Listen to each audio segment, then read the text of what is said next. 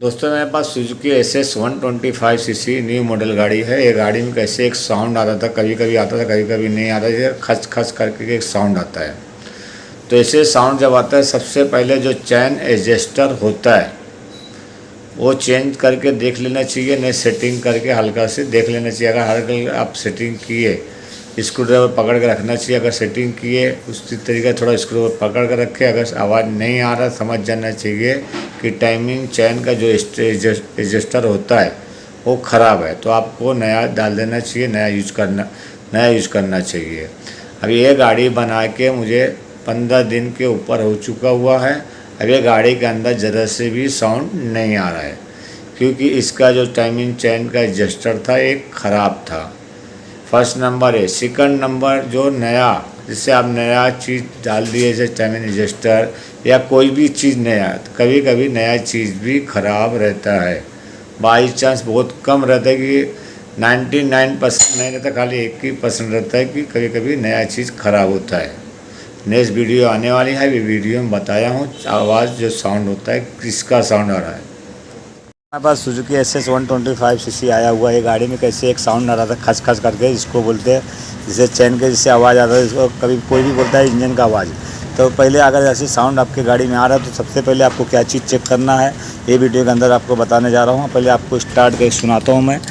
ये कैसे होता है, 10 किलोमीटर या 15 किलोमीटर या 5 किलोमीटर रनिंग होने के बाद फिर आवाज़ आना चालू हो जाता है। जब आवाज़ आता है तो अभी देखिए गाड़ी में कुछ भी आवाज़ नहीं, खाली सिक्सी की आवाज़ आ रहा है। देखिए अभी कुछ भी गाड़ी में साउंड नहीं आ रहा है। तो आपको साउंड कौन से आ रहा था वो भी सुना रहा हूँ अभी मैं। अभी तो आपको मैं से चेक कर रहा बता दे रहा हूँ ये साउंड कौन सी चीज़ का आ रहा था। ये देखिए, ये ऐसे साउंड आ रहा था, ये आवाज़ गाड़ी में आ रहा था। तो इसका जो था चैन एडजस्टर, इसमें चैन एडजस्टर आता है, वो ख़राब हो चुका हुआ है। तो अभी इसको चेंज करने के लिए गाड़ी को बंद कर दे रहा हूँ मैं। ये जो चैन रजिस्टर होता है देखिए, इसका प्राइस 225 या 20 समझ लो प्राइस है। तो इसको चेंज करने के लिए आपको क्या करना है, तो पहले आपको तो कार्बोरेटर, इसको बोलते हैं जो कार्बोरेटर को बाहर निकालना पड़ता है।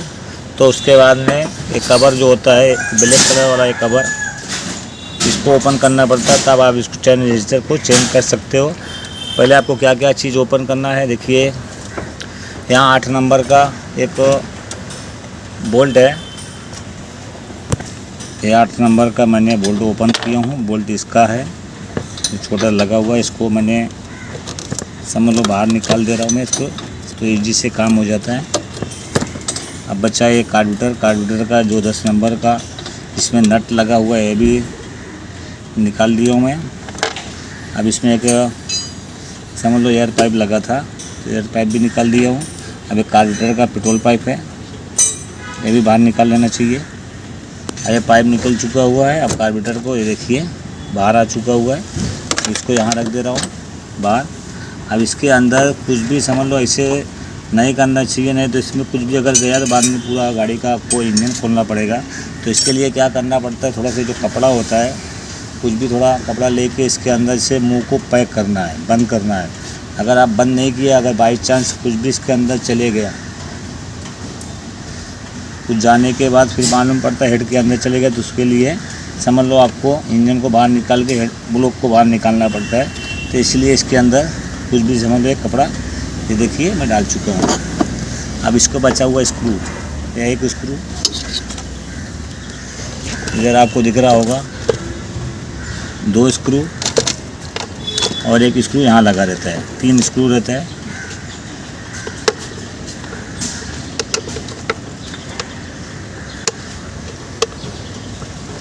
ये देखिए यहाँ से स्क्रू में ओपन कर रहा हूँ मैं।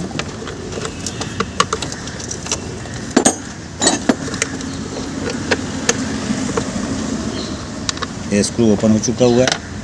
अब इधर से एक ओपन हो रहा है, ये भी ओपन हो चुका हुआ। एक इधर रहता है स्क्रू, ये देखिए आपको दिख रहा होगा, यहाँ से स्क्रू एक ओपन हो चुका हुआ। अभी 3 स्क्रू समझ लो ओपन हो चुका हुआ है। अब इसमें चौथा आपको दिखा रहा हूँ, चौथा कहाँ आता है, ये देखिए यहाँ चौथा एक बोल्ट आता है 8 नंबर का, 8 नंबर का एक खोलना पड़ता है।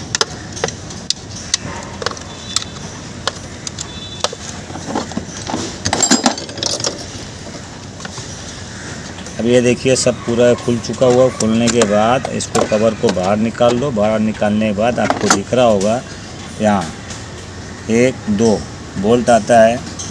इसमें आपको 8 नंबर का लगता है। ये देखिए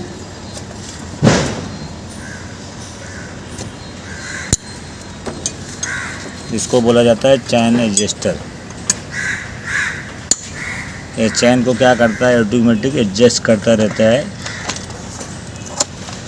अभी ये ख़राब हो चुका हुआ है तो इसके जगह पे ये देखिए ये नया यूज़ हो रहा है। आप नया यूज़ करने जा रहे हो तो अगर पैकिंग नया में नहीं आता है तो आप जूना पैकिंग यूज़ कर सकते हो। तो अभी इसको फिटिंग करने जा रहा हूँ। देखिए इस तरीका इसका फिटिंग होता है। अब ये फिटिंग कर चुका हूँ। फिटिंग करने के बाद इसको अंदर से लॉक रहता है। ये देखिए इसको करने के बाद ये अंदर जो लगा हुआ उसको निकाल लेना चाहिए। निकल गया हुआ है।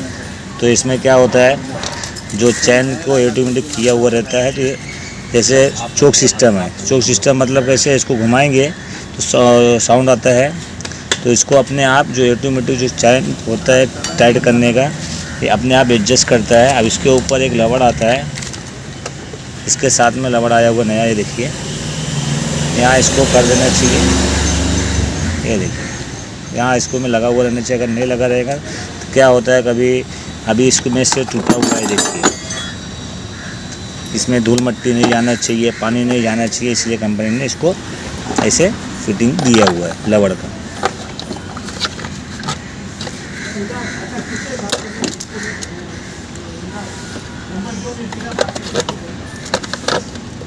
ये देखिए बैठ गया है।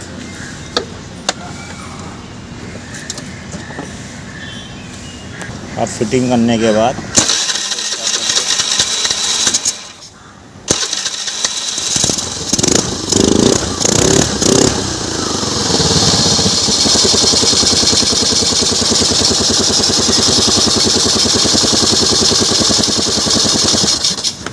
अभी बराबर चल रहा है। अब इसको बाद में 4-5 किलोमीटर यूज होने के बाद जब कस्टमर बोलेंगे कि हाँ अच्छा चल रहा है तो उसके बाद में वीडियो अपलोड करता हूँ।